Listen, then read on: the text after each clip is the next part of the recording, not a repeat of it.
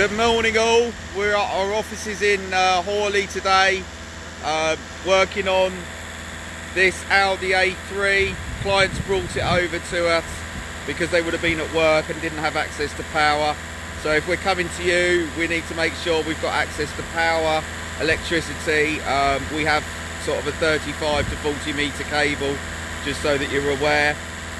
That's for DPF cleaning only. All other services were self-sufficient.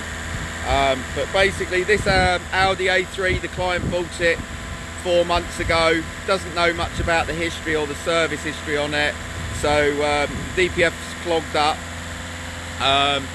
So we're going to be recommending an oil change. There's also a glow plug that's out on it, which is probably part of the cause as to why it's clogging up, so we're recommending that get done. So we're now flushing out the first stage of the DPF clean. This has also had a 3-stage engine carbon clean prior to that, as I say, just because mainly the client doesn't know much history about it, so it was sensible to do it. And he's talking about coming back to us for a remap as well, for more performance. So the service for today is £339.99.